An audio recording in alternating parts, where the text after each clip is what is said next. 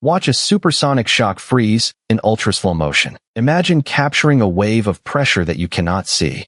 In August 1961, Anatoliy Zheleznyak at Moscow State University pioneered Schlieren imaging, a technique that translates minute density gradients into light and dark silhouettes.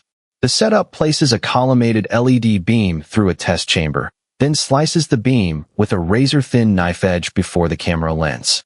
By blocking refracted light, the system makes invisible air disturbances pop into view, but the true shock front still hides behind diffraction limits. Therefore, when a supersonic jet darts through the chamber, the sudden compression raises air density by roughly 0.03 kilograms m³. That minuscule shift bends the light just enough for the knife edge to carve a crisp shadow line across the frame. The resulting image reveals a bright front followed by a dark trough, mirroring the pressure spike and rarefaction. Viewers can count the alternating bands, but each stripe still masks the underlying three-dimensional turbulence that only a rotating 3D model can expose. On July 12, 2022 at Edwards Air Force Base, a Phantom V2512 camera recorded a sonic boom at an astonishing 1 million frames per second. The aircraft, a NASA-tested X-57 Maxwell, sliced the air at Mach 1.6, generating a shock wave that traveled at 540 ms²1. The ultra-high-speed sensor seized the fleeting front within a 1s exposure, freezing the wave before it could blur. Consequently, the footage reveals a razor-thin line of light, but the subsequent ripple cascade remains hidden without frame-by-frame analysis. Therefore, each captured frame can be slowed to 0.01 seconds of playback, turning a nanosecond flash into a cinematic ballet. Researchers overlay a calibrated ruler, showing the shock front advancing 0.54 millimeters per microsecond, matching the theoretical Mach relation. The slow motion reveals concentric ripples radiating outward, akin to water rings after a stone toss.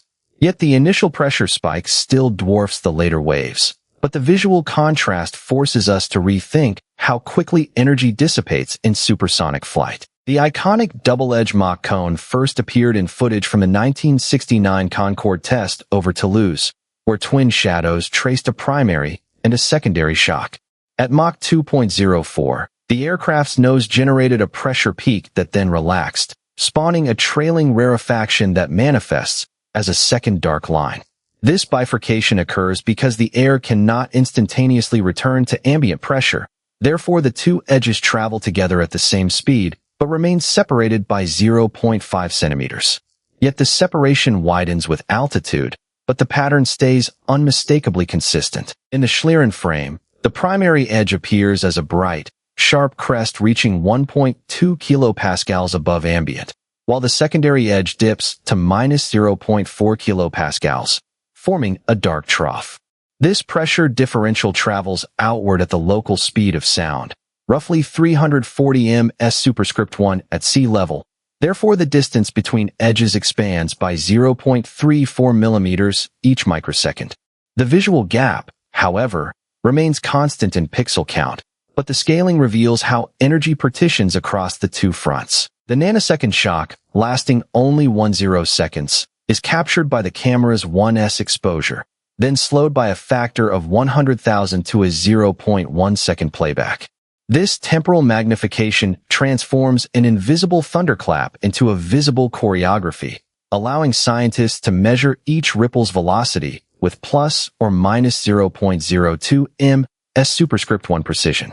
Moreover, by synchronizing a laser-induced fluorescence probe, they map temperature spikes up to 1/200 K across the front.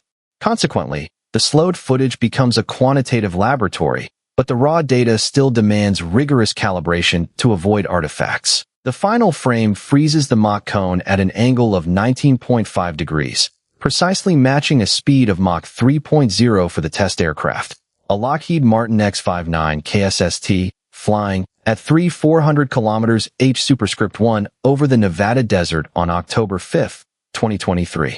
By measuring the cone's geometry, engineers directly compute the aircraft's velocity using theta equals arcsin 1/m, therefore converting an invisible thunderclap into a visible ruler. This empirical validation bridges theory and observation, But it also challenges us to imagine what other fleeting phenomena might be captured with similar optical tricks. Which invisible phenomenon would you love to see turned into visible data?